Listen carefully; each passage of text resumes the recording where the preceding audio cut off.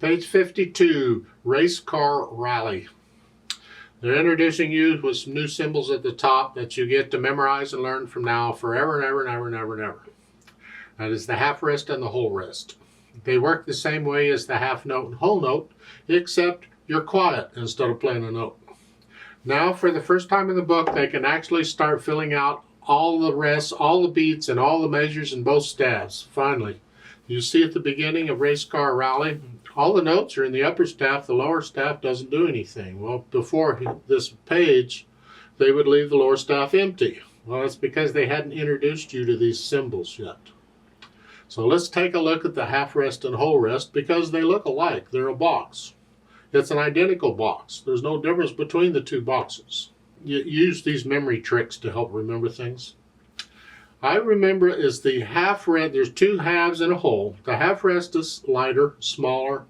So the half rest, the box sits on the middle line.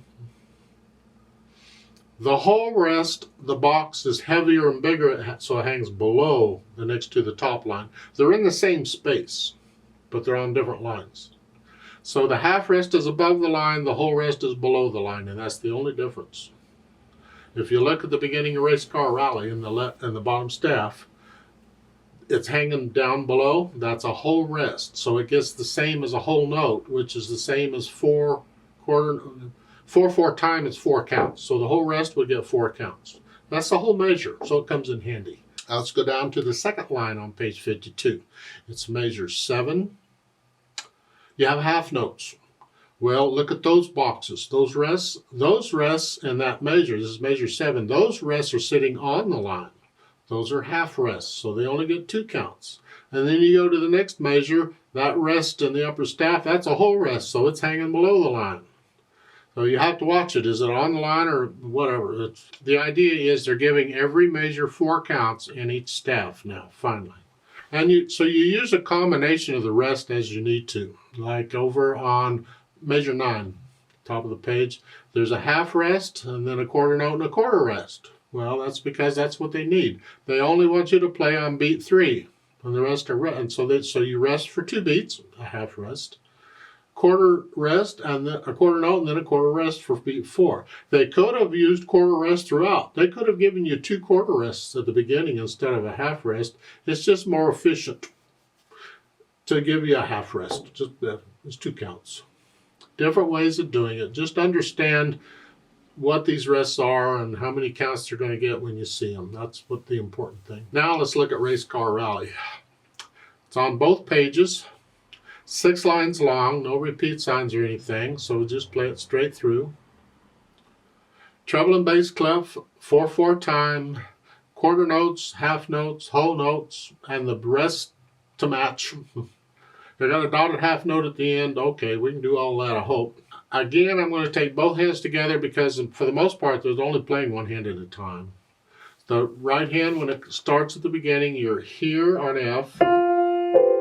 And the left hand, when it comes in, it's one middle C. So we're in F position with both hands. 1, 2, 3, 4, 1, 2. Oh, what happened there? Well, that C in the first measure there, that's tied to the next C, so you hold it down. Now this throws some people. They can't do that. They think, no, I can't, I get off. Well, I'll tell you this many times in the future. If that does throw you, simply pretend that tie isn't there. Just play both notes. And when you have an idea of that, then put the tie back in. You just hang on to it instead of playing it again. I tend to still rock my wrist as though I'm playing it.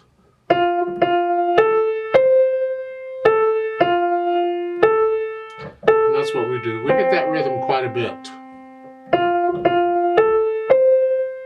In fact, I don't see anything too tricky here. Let's go over to measure 9.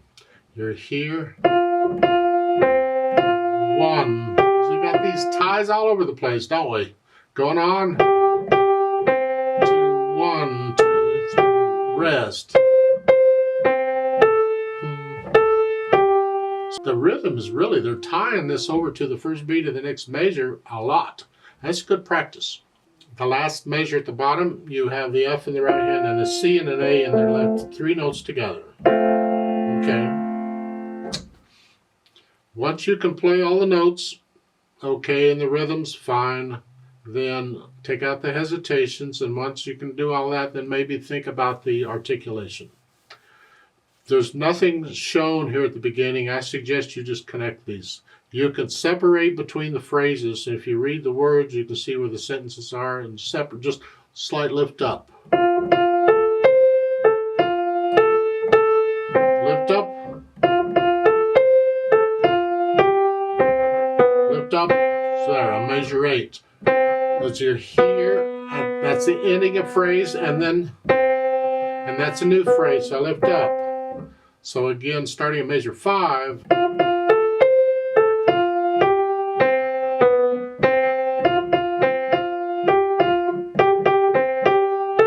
you get the idea. So I would connect it all pretty much, except lift up between the phrases, and I'm reading the words to see where they are. Of course, sometimes you get a rest, you have to lift up. Then at the end, there's staccatos on the last little bit. Just with the wrist, bump, bump, bum. So starting measure 21 is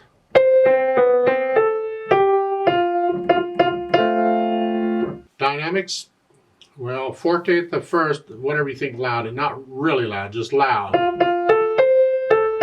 And you're staying loud until it looks like measure 17. Now you're soft. Then you come up a little bit to moderately loud. Now you're loud. See what we did on that third line on page 53 for measures 17, 18, 19, and 20. We did a long crescendo. It's called a crescendo when you gradually get louder. So we started measure 17 loud, soft. Then we got up just a little bit louder. Now we're loud.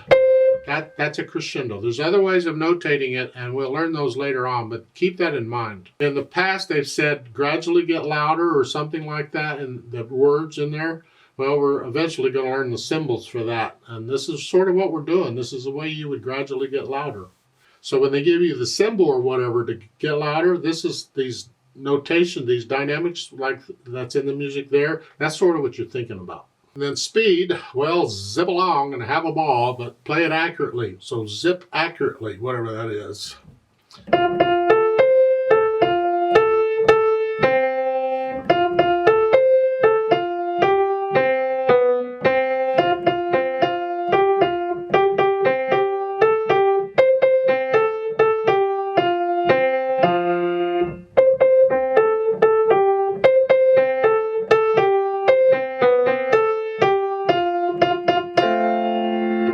Let's play it together slowly and double check the notes and the rhythms and all that. Make sure those are okay. I'm not going to do any dynamics. I'll give us 4 counts. Just make sure you're playing the same note I'm playing. Now remember, this is after you've learned it. Don't try and learn it in the play with me. That's all. But you take it and you learn it yourself first, and then come back and check it with me in the play with me. There's a lot of with it and me's in there, isn't there? Huh? I give us 4 counts. 1, 2, ready, go. 3, 1, 3, 4. 1, 2, 3, 4. 1, 2, 3, 4. 1, 4. 1, 2, 3, 4. 1, 2. 4. 1. Rest. 1. Rest. 1. 1, 2, 3, 4. 1, 2, 3. Rest. 1, 4.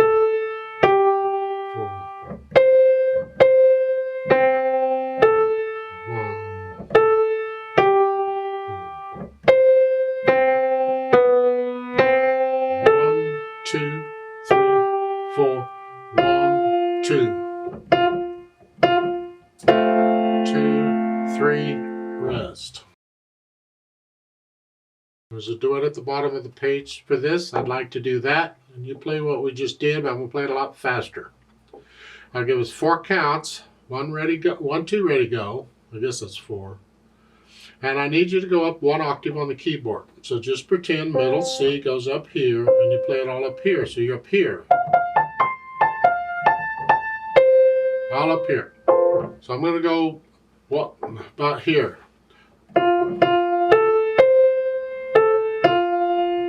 That's how fast we're going to go.